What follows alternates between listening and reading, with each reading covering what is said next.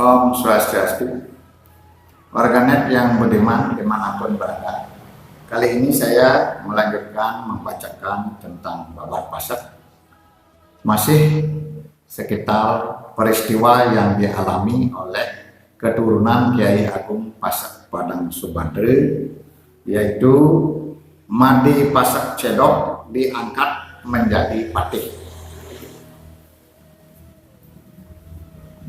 Sesudah wafatnya Raja Gianyar I Dewa Manggis Dirangki atau I Dewa Manggis VI, kedudukan beliau digantikan oleh putranya bergelar I Dewa Manggis Di Satria atau I Dewa Manggis VII, dengan patih kerajaan ialah Made Pasak Cedok, keturunan Kiai Agung Pasak Padang Subandre. Mengenai pengangkatan Made Pasak Cedok sebagai patih kerajaan Gianyar dikisahkan sebagai berikut. Putra mahkota I Dewa Gede Putra sebelum dinobatkan menjadi raja, terjadi pendurhakaan oleh I Dewa Gede Kepandaian Punggawa Serungge terhadap kerajaan Gianyar karena ia ingin menjadi raja. Oleh karena terjadi kekacauan di Puri Agung Gianyar, I Dewa Gede Putri terpaksa menyingkir ke Puri Langon di pinggir timur kota Gianyar. Dirasakan keselamatannya tidak terjamin apabila tinggal di Puri Agung Gianyar, karena Puri Agung Gianyar telah dikepung oleh pasukan dari Dewa Gede Kepandaian yang bersenjata lengkap. Kemudian Puri Agung Gianyar dapat diduduki oleh I Dewa Gede Kepandaian, dan peristiwa ini terjadi pada akhir tahun 1848 Masehi. Berkat tindakan cepat dan tepat dari seorang pemuda bernama Made Pasak Cedok dan kawan-kawannya dengan jalan menghasut pasukan pengikut I Dewa Gede Kepandaian, peristiwa pendurhakaan tersebut dalam waktu relatif singkat dapat ditumpas sampai ke akar-akarnya. I Dewa Gede Kepandaian bersama segenap keluarganya menyelamatkan diri dengan melarikan diri ke daerah Badung. Namun sebelumnya ia bersembunyi di desa Peliatan. Keinginan I Dewa Gede Kepandaian menjadi Raja Gianyar sudah lama dicita-citakan dan direncanakan, dan ia banyak memperoleh dukungan dari orang-orang terkemuka di kota Gianyar. Hal ini bisa didapat tidak lain karena di samping jabatannya sebagai Punggawa Serangga, I Dewa Gede Kepandaian juga menduduki jabatan patih kerajaan Gianyar. Selama upacara palebon atau pembakaran jenazah almarhum I Dewa Manggis Dirangki atau I Dewa Manggis VI, putra mahkota I Dewa Gede Putris selalu diincar untuk dibunuh oleh I Dewa Gede Kepandaian. Mujur rencana ini tidak berhasil karena putra mahkota ini selalu berada di sisi I Dewa Agung istri Raja Kelungkung.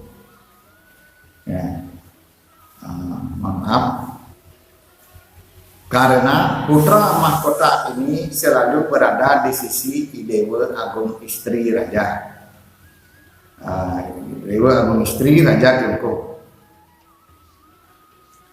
yang selama upacara palebon itu berada di Puri Agung Gianyar dengan penjagaan yang sangat kuat. Begitu pula I Dewa Gede Kompiang dari Puri Bitre yang ada hubungannya dengan I Dewa Gede Kepandaian ditangkap lalu diasingkan di desa Bakas. Akhirnya ia meninggal terbunuh di tempat pengasingannya. Sedang I Dewa Sengguan dan kawan-kawannya dari Batu Bulang dijatuhi hukuman selong di Nusa Penida karena ternyata mengadakan gerakan di bawah tanah, yaitu ingin menjual Batu Bulang kepada Badung. Oleh karena jabatan patih kerajaan Gianyar ditinggalkan oleh I Dewa Gede Kepandaian, menyebabkan jabatan itu menjadi lowong. Lalu oleh Raja Gianyar diangkat Made Pasak Cedok menjadi patih Kerajaan Gianyar. Dalam kedudukannya sebagai patih, Made Pasak Cedok segera mengadakan pembersihan ke dalam dengan bertindak tegas tanpa pilih bulu. Siapa saja yang bersalah selalu dijatuhi hukuman sesuai dengan undang-undang yang berlaku. Ke dalam aparatur pemerintahan dibenahi. Kehidupan rakyat diperhatikan dan merata seluruh aspek kehidupan, sehingga kehidupan rakyat secara berangsur-angsur menjadi lebih baik dari waktu ke waktu sebelumnya, serta keamanan dan ketertiban masyarakat menjadi lebih mantap. Hubungan ke lain kerajaan dipererat dan ribuan pasukan kerajaan Gianyar bergabung dengan pasukan kerajaan Kelungkung membantu kerajaan Buleleng berperang melawan pasukan Belanda. Nah, sekarang saya bacakan kembali utusan Belanda dikelabui. Kemudian timbul sengketa dengan kerajaan Bangli akibat wilayah Tampak Siring dan Payangan yang semula bernaung di bawah kerajaan Bangli membelot kepada kerajaan Gianyar. Seluruh desa yang berada di wilayah Tampak Siring dan Payangan, yaitu Mulung, Semite, Banawah, Bonyuh, Madangan, Padan, Panyembahan, Malayang, Mantring, dan Petak mulai saat itu menjadi wilayah kerajaan Gianyar. Berkat taktik yang jitu dari patih Made Pasak Cedok, gugatan Raja Bangli dan Kelungkung atas kedua wilayah tersebut tidak berhasil. Karenanya kedua putra mahkota yang berkuasa di kedua wilayah itu, yaitu Cokorde Putra, anak dari Cokorde Rai, penguasa Payangan, dan Cokorde Oke, putra mahkota penguasa Tampak Siring, dijadikan anak angkat Raja Gianyar. Kejadian ini berlangsung dengan upacara agama, yaitu Widi Wedana, sehingga dengan jalan itu hubungan kekeluargaan dan waris dari kedua penguasa itu, yaitu Payangan dan Tampak Siring, telah terputus dari kepurusan. Mulai saat itu sampai keturunannya di kelak kemudian hari menjadi golongan keluarga Raja Gianyar, dan peristiwa ini terjadi pada awal tahun 1854 Masehi. Sejak itu wilayah kerajaan Gianyar bertambah luas, dan kejadian ini menimbulkan kecurigaan Raja Bangli. Usaha Raja Bangli dengan bantuan Belanda tidak berhasil.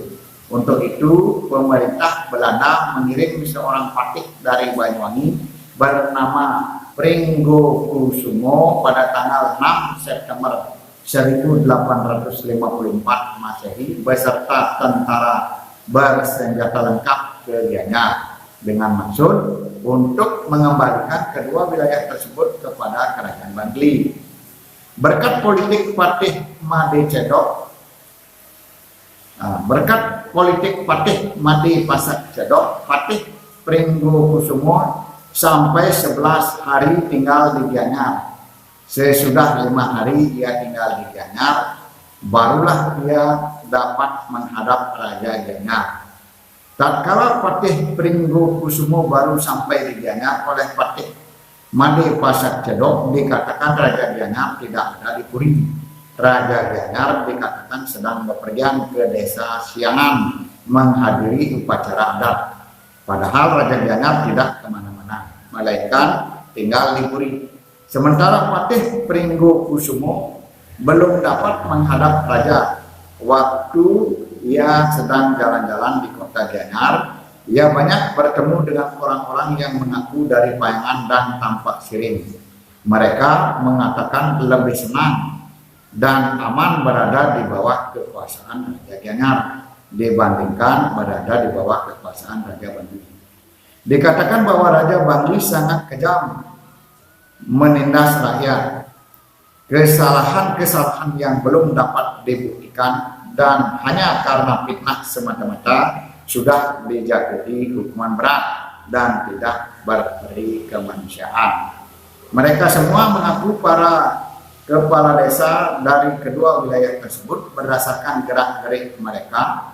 Patih Pringgokusumo yakin bahwa mereka itu benar-benar rakyat dari Payangan dan Tampak Siring. Sebab itu rencana kunjungan ke wilayah Payangan dan Tampak Siring dengan maksud mengetahui keinginan rakyat dari kedua wilayah tersebut ia anggap tidak ada manfaatnya. Berdasarkan pengalaman itu, dia anggapnya sudah cukup jelas mengenai keinginan rakyat di kedua wilayah tersebut, yakni secara spontan menyatakan lebih senang berada di bawah kekuasaan Kerajaan Gianyar.